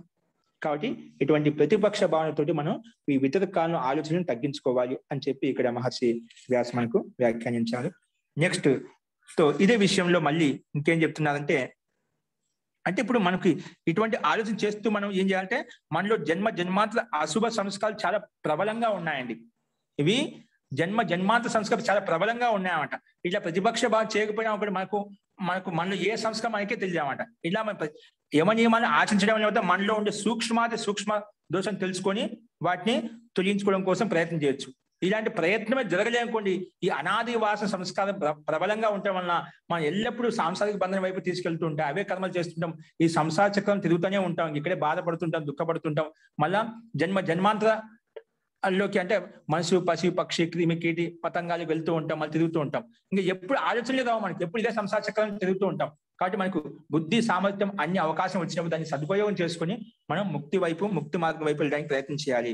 ఈ సంస్కారం తెలుసుకోండి ఒకటే మార్గం, యోగాంగానుష్ఠానమే మనకు జ్ఞానదీప్తి కలగజేస్తుంది, అశుద్ధిని నాశనం చేస్తుంది. ఒక అన్యథా మార్గ అని చెప్పి మనం ముందు చెప్పుకున్నాం. కాబట్టి అన్యథా మార్గం ఏది లేదు, కాబట్టి ఇదే ఒక మార్గం. కాబట్టి యోగాంగ అనుష్ఠాన్ని మనం ఆచరించినప్పుడే మనలో ఉండే సూక్ష్మ దోషాలు కనిపిస్తాయి. ముందు మనలో ఉండే దోషాలు మనకి కనిపిస్తాయి, తర్వాత ఇతర దోషాలు కనిపించవు. మనలో ఉండే దోషాలు మనకే కనిపిస్తాయి. కావాలంటే యోగాభ్యాసం చేసే వాళ్ళు చూడండి, మీకు చేస్తూ ఉన్నారు చాలా మంది, గమనించండి. మనలో మన దోషాలు మనకు కనిపించడం లేదంటే మళ్ళీ అదే ఆలోచనలు చేస్తున్నాం, అదే కూర్చున్నప్పుడు మాత్రం చేస్తున్నాం, తర్వాత మళ్ళీ ఆలోచనలు యథావిధిగా ఉన్నాయి. అవే ఆలోచనలు అంటే ఏవైతే అధర్మమైన ఆలోచనలు ఏవైతే చేయకూడదో అవే చేస్తున్నాం అనుకోండి, ఇంకా మన యోగాభ్యాసం ఏది చేస్తున్నది అది చేసినట్టు కాదండి. నిజంగా మనం చేస్తుందంటే మనలో మార్పు రావాలి. ప్రతి దినం ప్రతి క్షణం మనలో మార్పులు వస్తాయి. నీ నడవడికలో, నీ మాటల్లో, నీ చేష్టల్లో ప్రతిదీ కూడా యోగయుక్తంగా ఉంటుంది, వ్యవస్థితంగా ఉంటుంది. అది నీకు కనిపించనమాట. ఎదుటి వ్యక్తి కూడా ఆ ప్రభావం పడుతుంది. నువ్వేం చెప్పాల్సిన అవసరం లేదు, ఇట్లా చేస్తున్నాను. నీ వ్యవహారమే, నీ ఆచరణే వాళ్ళకు సంకేతం అవుతుంది అనమాట. ఇటువంటి సంకేతాలు లేవు. మనం కూర్చున్నప్పుడు మాత్రం చేస్తున్న తర్వాత మన ఇష్టానుసారంగా ఉంటున్నాం అనుకోండి, అది మన యోగాభ్యాసం చేయడం లేదు. అంటే సంకల్పం బలంగా లేదు, మనకు మన లక్ష్యం లేదన్నమాట. ఏదో కూర్చుంటాం, ఆ తాత్కాలిక ఉపశమనం కోసం కూర్చుంటాం. ఏదో మనసు శాంతంగా ఉంటుంది, ఏదో పుణ్యం వస్తుంది, ఏదో అది తాత్కాలికమైన అర్థాలు విన్నాం కాబట్టి, శాబ్దిక అర్థాలు విన్నాం, అదే లక్ష్యంతో మనం ప్రయత్నం చేస్తున్నాం. లేదు, ఈ అశుద్ధి క్షయాన్ని నాశించాలి, ఆత్మ సాక్షాత్కారం పొందాలి, ముక్తిని పొందాలి. సంకల్పం ప్రబలంగా ఉన్నప్పుడు నీ క్రియాకలాపాలు కూడా అదేవిధంగా గట్టిగా ప్రబలంగా ఉంటాయి. నువ్వు సామాన్యంగా ఉన్నప్పుడు క్రియాకలాపాలు సామాన్యంగానే ఉంటాయి. అందుకే యథార్థంగా తెలుసుకునే ప్రయత్నం చేస్తూ ఉండాలి. అలా చేసినప్పుడే మనకు క్రియ అనేది, మనం కూడా కర్మానుష్ఠానం అనేది మనం సక్రమంగా చేసుకోగలుగుతాం. కాబట్టి ఆ రకంగా ప్రయత్నం చేస్తూ ఉండాలి. యమ నియమాలు ఆచరించినప్పుడు మనలో ఉండే దోషాలు ఏంటి, నా కర్తవ్యం ఏంటి, నా అకర్తవ్యం ఏంటి తెలుస్తుంది, ధర్మం ఏంటి అధర్మం ఏంటి తెలుస్తుంది. అప్పుడు మనం ధర్మాన్ని అనుసరిస్తూ మనం ముందుకు వెళ్తాము. అస్తు. ఈ యమాలు చెప్పిన తర్వాత ఈ వితర్కాలు ఏ రకంగా ఉంటాయి ఇప్పుడు చెప్పారా? ప్రతిపక్ష భావన చేయాలి. ప్రతిపక్ష భావన చేయకపోతే ఎటువంటి స్థితి కలుగుతుంది మనకు? ఈ ప్రతిపక్ష భావం చేయకపోతే ఎటువంటి స్థితి కలుగుతుంది ఆ విషయంలో మనకు మళ్ళీ చెప్తున్నది ఏ విషయంలో 34వ సూత్రంలో ఒకసారి చూడండి. ఇక్కడ వితర్క హింసాదయ కృత కారిత అనుమోదిత, చూడండి ఇది 34వ సూత్రంలో, వితర్క హింసాదయ కృత కారిత అనుమోదిత లోభ క్రోధ మోహపూర్వక మృదు మద్యాది మాత్ర దుఃఖ జ్ఞాన అనంత ఫల ఇది ప్రతిపక్ష భావనం. ఇవి ఈ ప్రతిపక్ష భావన చేయకపోతే ఎటువంటి దుఃఖాన్ని ఇస్తున్నా, దుఃఖ జ్ఞాన అనంత ఫల, ఇవి దుఃఖము అనంత అజ్ఞానాన్ని అవిద్యని చేరుస్తాయి. ఇవి ప్రతిపక్ష భావన చేయకపోయాం అనుకోండి, హింసాది భావన చేశామనుకోండి, దుఃఖ జ్ఞాన అనంత ఫల. అనంత ఫల అంటే ఖచ్చితంగా దుఃఖాన్ని, ఎందుకంటే కృత కర్మ అవశ్యం భోక్తవ్యం, ఏదైతే కియవ కర్మలు ఉన్నాయి ఖచ్చితంగా మనమే అనుభవించాలి, పక్కన వాడు ఎవరు అనిపించాడు.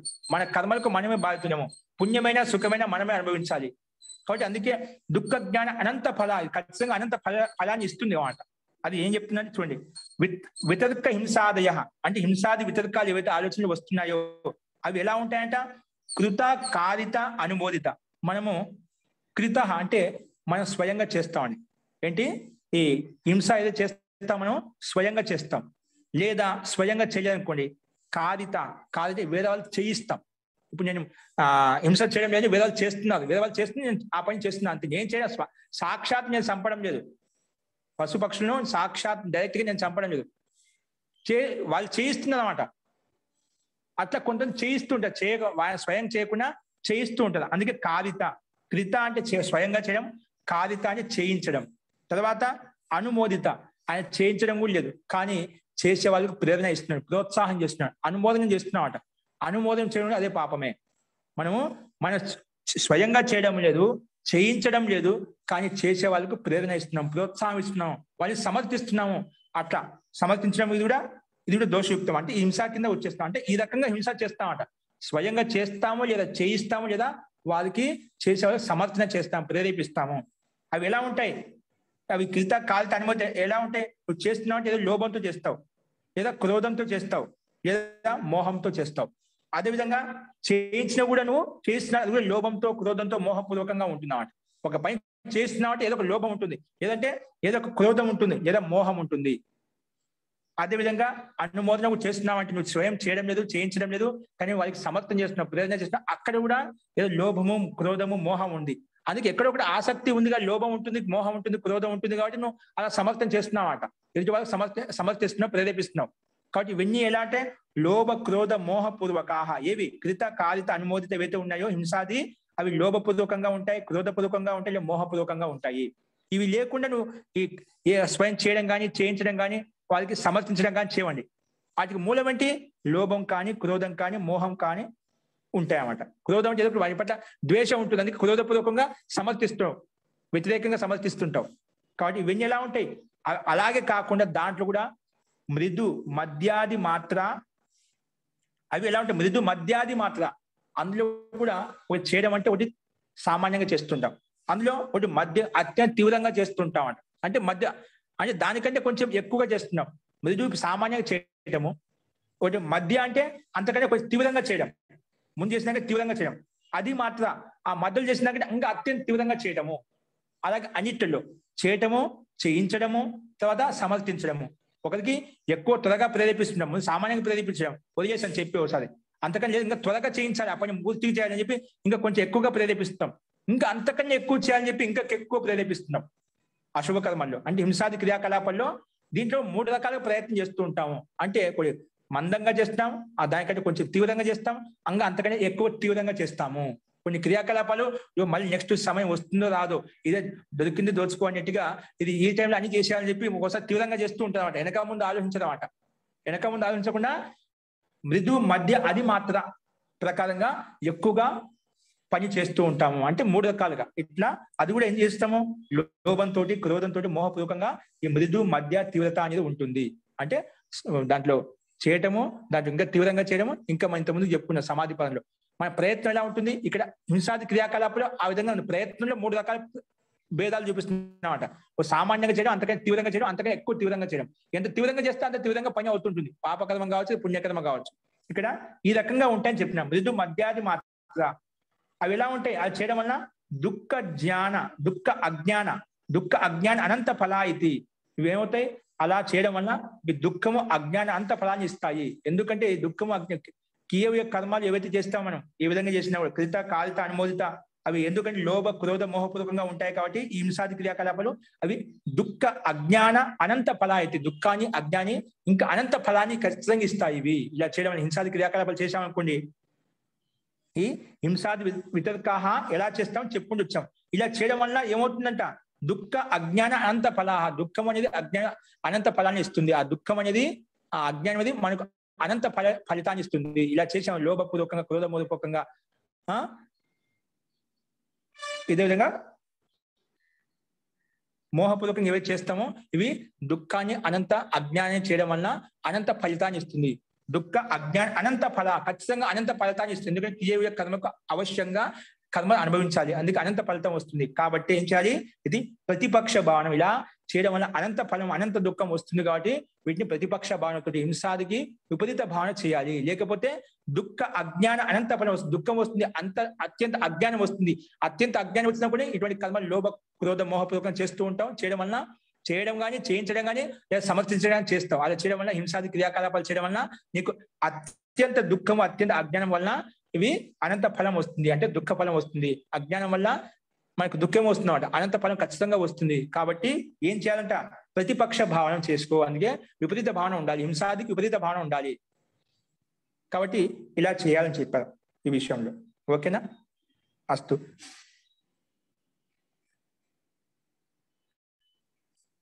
ఇప్పుడు ఇదే విషయాన్ని ఒక్కొక్క విషయాన్ని మహర్షి వ్యాస ఏమంటున్నా అంటే చూడ గమనించండి. వ్యాస భాషంలో తత్ర హింస అంటే ముందు వితర్కాది, ఇప్పుడు వితర్క హింసాదయ అని చెప్పాం. ఈ హింసాది వితర్కాలు ఏవైతే ఉన్నాయో ఆ విషయం చెప్తున్నామట.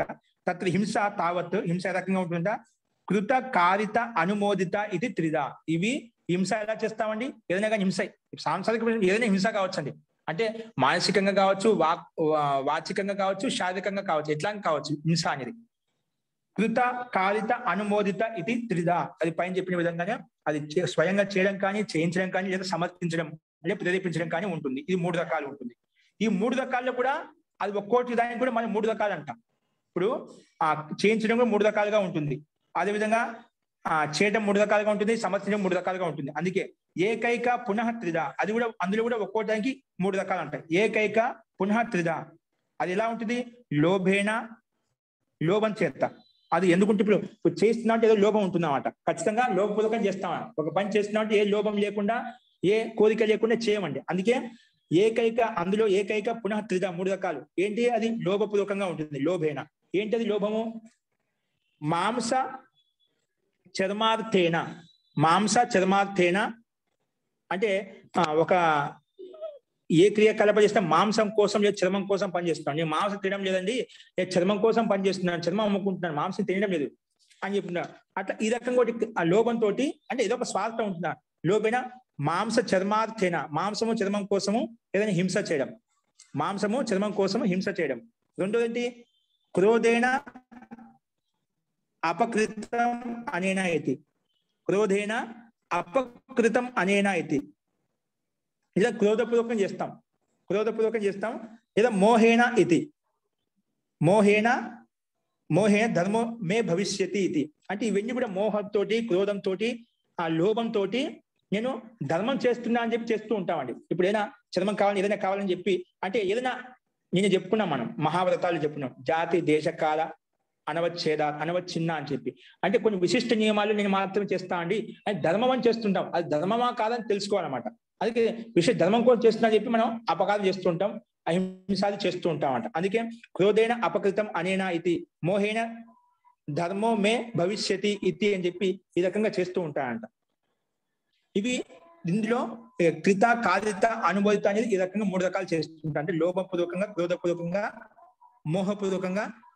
అంటే ఏదో ప్రయోజనం కోసం, స్వార్థం కోసం ఈ లోభం కానీ ఉంటుంది, క్రోధం కానీ ఉంటుంది, లేదా మోహం కానీ ఉంటుంది అని చెప్పి నేను ధర్మం మే భవిష్యత్తు ఇది ధర్మం కోసం చేస్తున్నా అని చెప్పి ఈ లోభపూర్వకంగా, క్రోధపూర్వకంగా, మోహపూర్వకంగా చేస్తాడు. ధర్మం మే భవిష్యత్తు అని ధర్మం కోసం చేస్తున్నాను అని చెప్పి. అదేవిధంగా ఈ లోభ క్రోధ మోహ పునః త్రివిధ.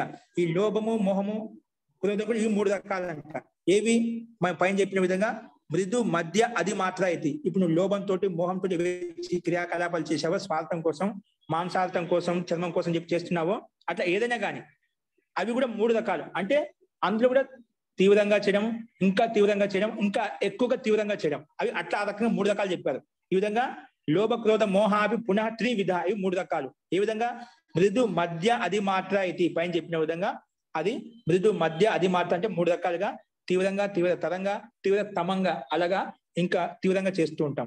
ఈ రకంగా ఏవం 27 భేదాహ భవంతి హింసాయా. హింస అనేది 27 రకాలుగా ఉంటుంది. 27 భేదాహ భవంతి హింసాయా. హింసకి 27 రకాలు ఉంటాయంట. అంటే ఇప్పుడు ఒకటి లోభపూర్వకం చేసింది. ఇప్పుడు ఈ పైన కృత కారిత అనుమోదిత 3 రకాలు చెప్పాం. అవి ఎలా చేస్తాము?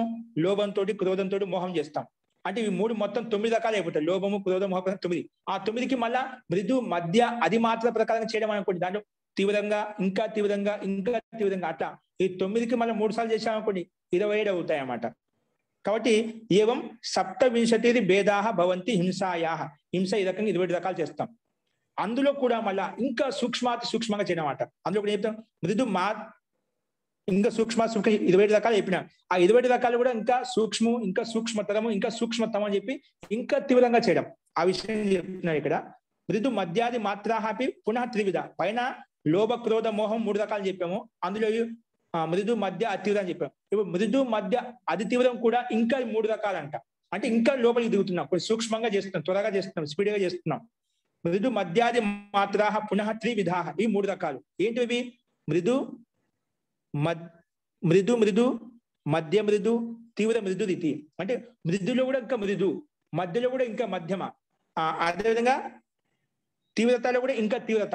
అంటే సూక్ష్మంగా ఎక్కువ చేస్తున్నమాట. ఆ రకంగా అది పుణ్యకర్మ కావచ్చు, పాపకర్మ కావచ్చు, ఏదైనా కావచ్చు. అంటే దాంట్లో కూడా ఇంకా సూక్ష్మంగా చేస్తున్నాము. అందుకే ఇవి 3 రకాలు. ఏ విధంగా అంటే మృదు మధ్య మృదు తీవ్ర మృదు రీతి. అందులో కూడా అలాగే ఇప్పుడు మృదులో 3 రకాలు చూపించాం. మృదు మధ్య అది మాత్రం, మృదులో 3 రకాలు, మళ్ళీ మధ్యలో 3 రకాలు, అది మాత్రలో కూడా 3 రకాలు. అంటే మృదులో కూడా 3 రకాలుగా పనిచేస్తున్నాము, మధ్యత స్థితిలో కూడా 3 రకాలుగా పనిచేస్తున్నాము, అది మాత్రం తీవ్రంగా చేయటప్పుడు ఇంకా 3 రకాలు చేస్తున్నామట. అవి ఒక్కొక్క దానికి 3 చెప్తున్నాడు. ఆ రకంగా మొత్తం 81 అవుతాయి ఇవి. ఈ రకంగా అస్తు మృదు మధ్య మృదు తీవ్ర మృదు రీతి. అలాగే తథా మృదు మధ్య మధ్య తీవ్ర మధ్య ఇది. ఇది మధ్య అనే విషయాన్ని చూపించారన్నమాట. తీవ్రతకి ఏం చెప్తారు? అలాగే మృదు తీవ్రో మధ్య తీవ్రో అది మాత్ర తీవ్ర ఇది.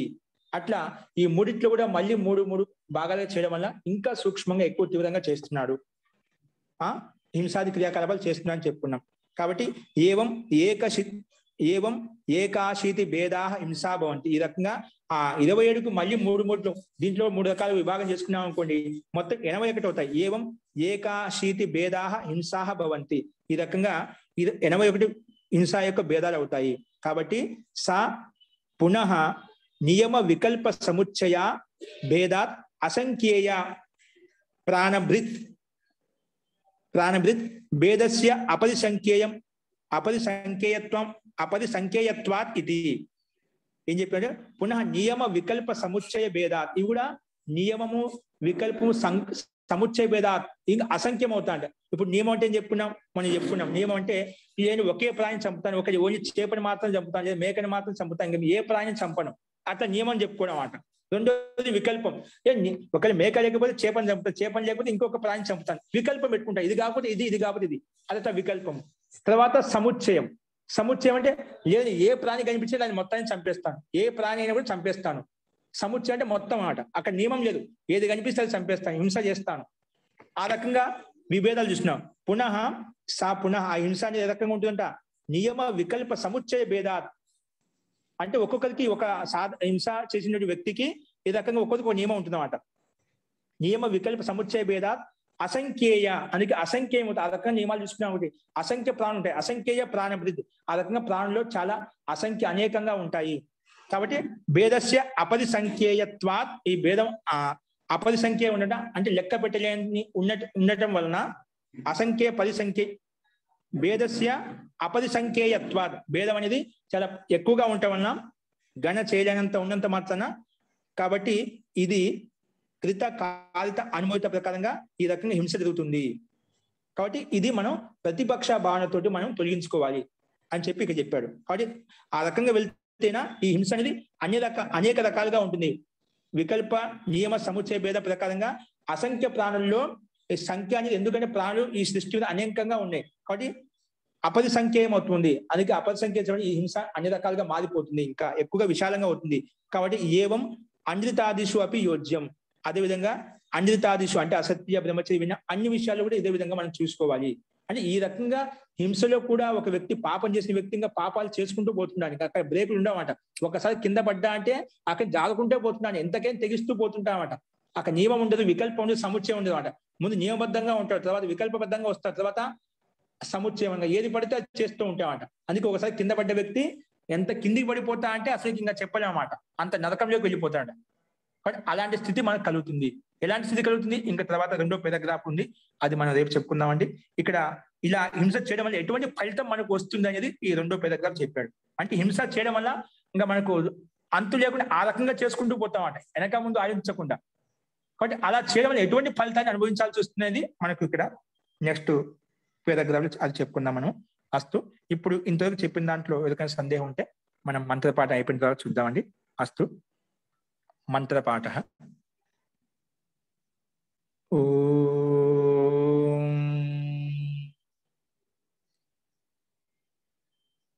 సర్వే భవంతు సుఖినః, సర్వే సంతు నిరామయాః, సర్వే భద్రాణి పశ్యంతు, మా కశ్చిద్ దుఃఖభాగ్ భవేత్. ఓం శాంతి శాంతి శాంతి. సర్వేభ్యో నమః. అందరికీ నమస్కారం అండి. ధన్యవాదాలు.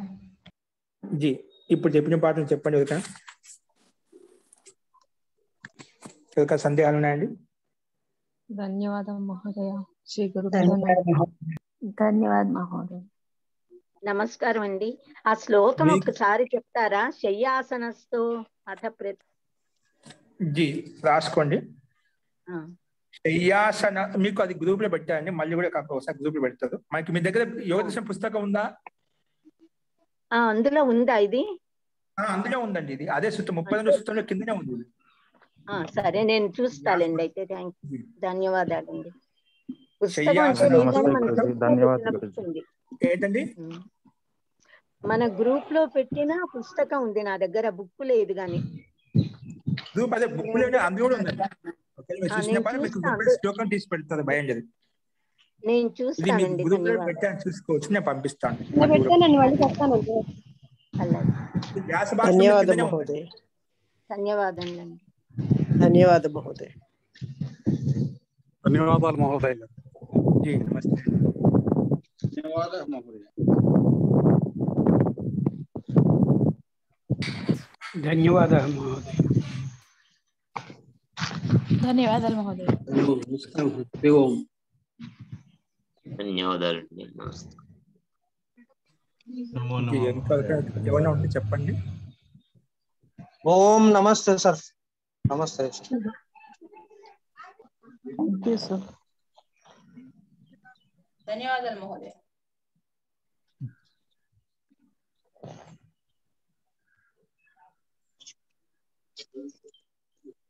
ఈ వాచికం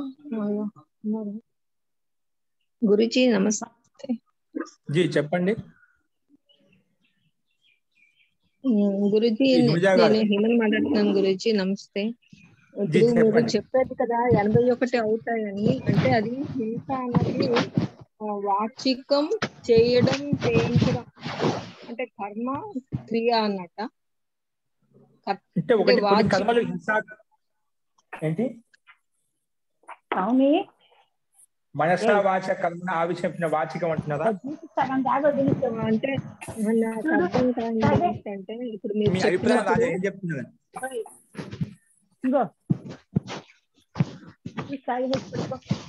గురూజీ వినిపిస్తుందా? వినిపిస్తుందండి. ఇప్పుడు మీరు చెప్పిన దాంట్లోని హింస చేయడం అనేది వాచికం వల్ల అంటే చేయడం చేయించడం అని చెప్పి రాసుకున్నాను నేను. అంటే మధ్యలో ఏమైనా మిస్ అయిపోయినా కూడా తెలీదు. అదే అందుకు అడుగుతున్నాను. అంటే మొత్తం 81 వస్తాయి అన్నారు కదా, నేను ఇలాగ వేసుకున్నాను ఇక్కడ. నేను అంటే టేబుల్ లాగా 81 ఏ రకంగా అంటే ఇప్పుడు చెప్పండి. కృత కారిత అనుమోదిత అని చెప్పి ఆ కృత క్రియాకర్మ ఏం చేస్తామండి? లోభంతో క్రోధంతో మోహం చేస్తాం. ఓకేనా? అలాగే చేయించడం కూడా ఇది కూడా లోభ క్రోధ మోహాలు చేస్తాం. అంటే ఈ మూడు అట్లా మూడిట్లో మొత్తం 9 అయ్యాయా? లోభం, మోహం, క్రోధం చెప్పారు. తర్వాత వాటికి నెక్స్ట్ ఏంటి? ఆ తర్వాత ఏంటి? ఇప్పుడు చేయించడంలో కేవలం స్వయం చేయడంలో లోభ క్రోధ మోహాలతో చేస్తాను. ఒకసారి లోభంతో చేస్తావు, క్రోధంతో చేస్తావు, మోహంతో చేస్తావు. అవునండి. అలాగే విధంగా ఇవి 3 అయిపోయా. తర్వాత చేయించడం నువ్వు చేయలేదు, ఏదో చేయిస్తున్నావు. చేయించడం అన్నిట్లోనే చేయించడం. తర్వాత 3వది అనుమోదం చేస్తున్నావు, వాళ్ళని ప్రేరేపిస్తాం, సమర్థిస్తున్నావు, చేయకుండా సమర్థిస్తున్నావు. అవి 3. ప్రేరేపించడం, చేయించడం మీద ప్రేరేపించడం మీదండి. చేయించడం అంటే స్వయంగా నువ్వే చేయించడం. ప్రేరేపించడం అంటే సమర్థించడం అంట. నువ్వు చేయడం లేదు, చేసేవాళ్ళని సమర్థిస్తున్నావు అంట. కరెక్ట్ అయింది, తప్పైనా కరెక్ట్ అయిన ఇబ్బంది చేయొచ్చు అంటే సమర్థిస్తున్నావు. అది కూడా దోషం. ప్రేరేపించడం అది సమర్థన చేయడం అని చెప్పి ప్రేరేపించడం, సమర్థించడం. వాళ్ళని తప్పు చేసేవాళ్ళు సమర్థించడం అంట. తప్పు చేసేవాళ్ళు సమర్థించడము, చేయమని ప్రేరేపించడము. ఒక తప్పు చేస్తున్నాం, తప్పుకు మనం వాటితో తప్పు చేసే వాళ్ళతో ఉండకూడదు అంట. ఆ తప్పు చేసే సమర్థించి ఆ చేయి ఇబ్బంది చేయండి అనుకోవద్దు. దొంగతనం చేస్తున్నాడు, చేయొచ్చు ఇబ్బంది లేదు కూడా అని చెప్పి ప్రేరేపించకూడదు. అంటే ఒక నష్టం చేసే విధంగా నువ్వు చేయలేదు, నీకోసం చేయడం లేదు, వాళ్ళని ఇతరులు సమర్థిస్తున్నా చేయొచ్చు ఇబ్బంది అని చెప్పి. అంటే స్వార్థంతో, లోభంతో, ఈర్ష్య ద్వేషంతో, లోభ క్రోధ మోహంతో ఏమవుతుందంటే మనసులో ఒక వ్యక్తి మీద వేసినా ఉంటుంది, నువ్వు చేయలేకుండా ఆ పని ఎదుటివాడు చేస్తుంటే వాళ్ళు సమర్థిస్తున్నావు కాబట్టి ఇంకోళ్ళ చేత అనిపించడం అన్నట్టు. అనిపించడం కాకుండా అనిపించలేవు, నువ్వు అనలేవు, చేయించలేవు, నువ్వు చేయలేవు. స్వయం ఏదో వాళ్ళు చేస్తుంటే నీకు ద్వేషం రాగం ఉంది, లోభ క్రోధ మోహం ఉంది కాబట్టి నువ్వు సమర్థిస్తున్నావు. ఏదైతే వాళ్ళు చేస్తున్నా అతన్ని ప్రోత్సహిస్తున్నావు అంట. ప్రోత్సహించడం. ప్రోత్సహించడం అలా చేస్తుంటాం కదా మనం. చేస్తుంటే మంచి పని జరిగింది, అతనికి తగిన శిక్ష జరిగింది, మనం మనకి ఇష్టమైన వాళ్ళ పట్ల మనం అనుకుంటూ ఉంటామంట. ఏంటండి జీ అది మనసా వాచ కర్మ 3 రకాలు చేస్తుంటామంటే. ఓకేనా? మొత్తం 9 కదా. ఆ 9లో కొన్ని తీవ్రంగా చేస్తుంటాం, దాంట్లో కూడా మన ఇంకా కొంచెం ఎక్కువ తీవ్రంగా చేయడము, ఇంకా ఎక్కువ తీవ్రంగా చేయడం. అట్లా 9కి మళ్ళీ 3 చేసుకుంటే మొత్తం 27 అవుతాయా? మళ్ళీ 27లో కూడా మళ్ళీ ఇంకా చేయడంలో ఇంకా సూక్ష్మంగా ఎక్కువ తీవ్రంగా చేయడం. 27కు మళ్ళీ 3 చేయండి, అప్పుడు 85 కూర్చుంటుంది.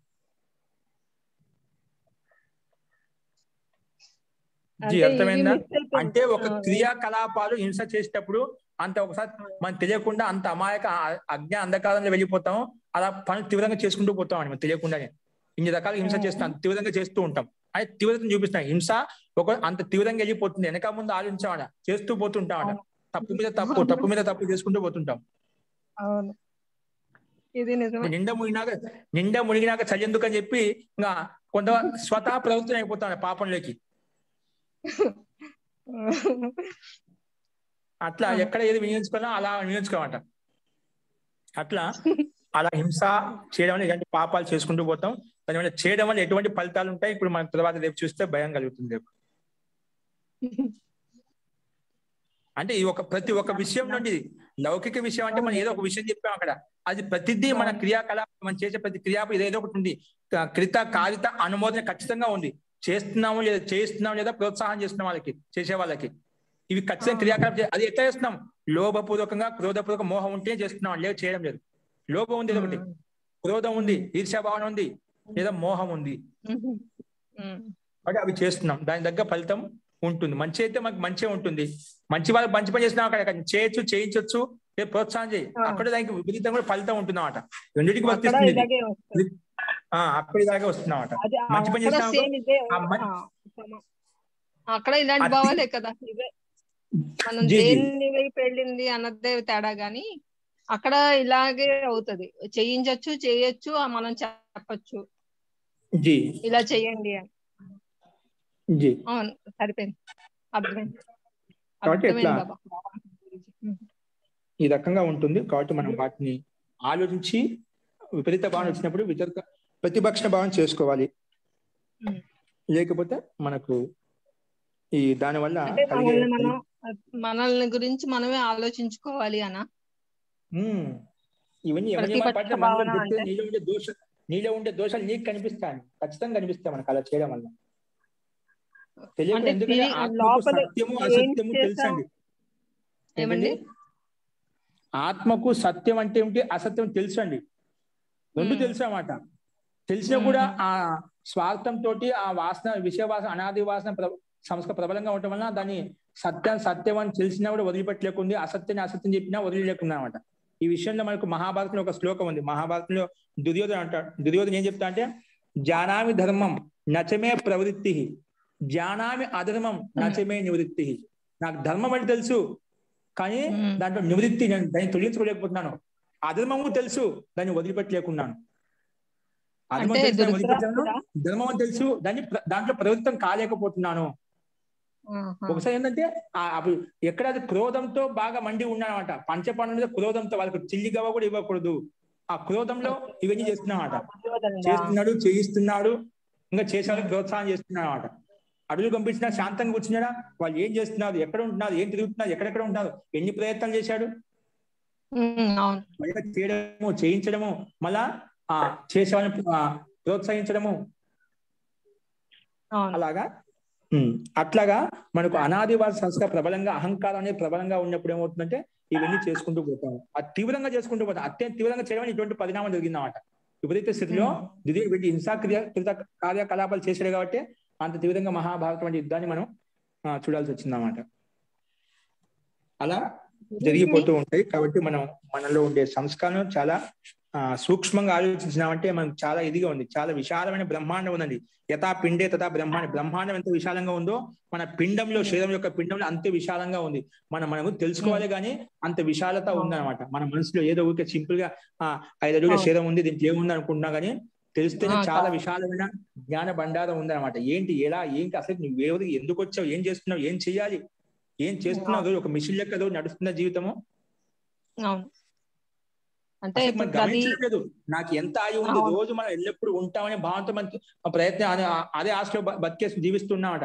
ఎప్పుడు ఏ క్షణం ఏమో తెలియదు, రేపు ఉండమో తెలియదు, రేపు గురించి ఆలోచించలేదు. ఇంకా శాశ్వతంగా ఉంటాం, ఎక్కడే ఉంటాం, క్షణంలో పరివర్తనం అవుతున్నా మనం దాన్ని మర్చిపోయామన్నమాట. అన్ని ఏదో శాశ్వతంగా ఉంటాయని చెప్పి పాపకర్మలు చేస్తూ పోతున్నాం.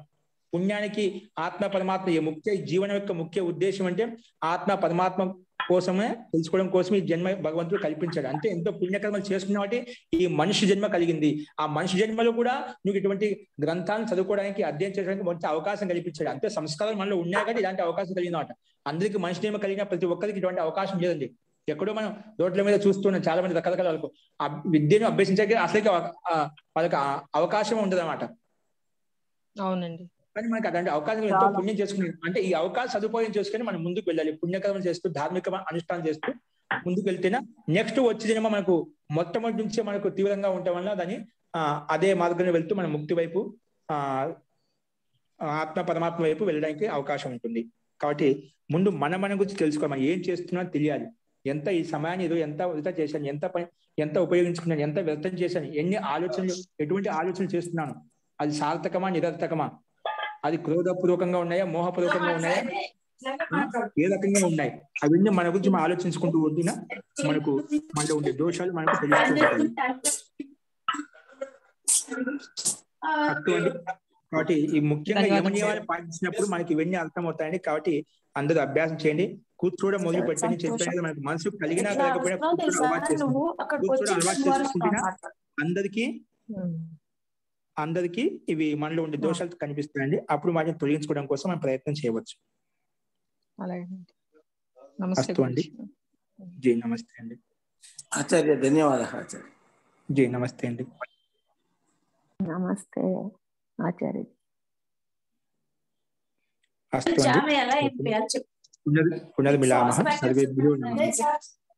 చెప్తున్నాను అక్కడ ఆ మూలం ఉన్నాయి అవన్నీ హాఫ్ ఆఫ్ ద utensils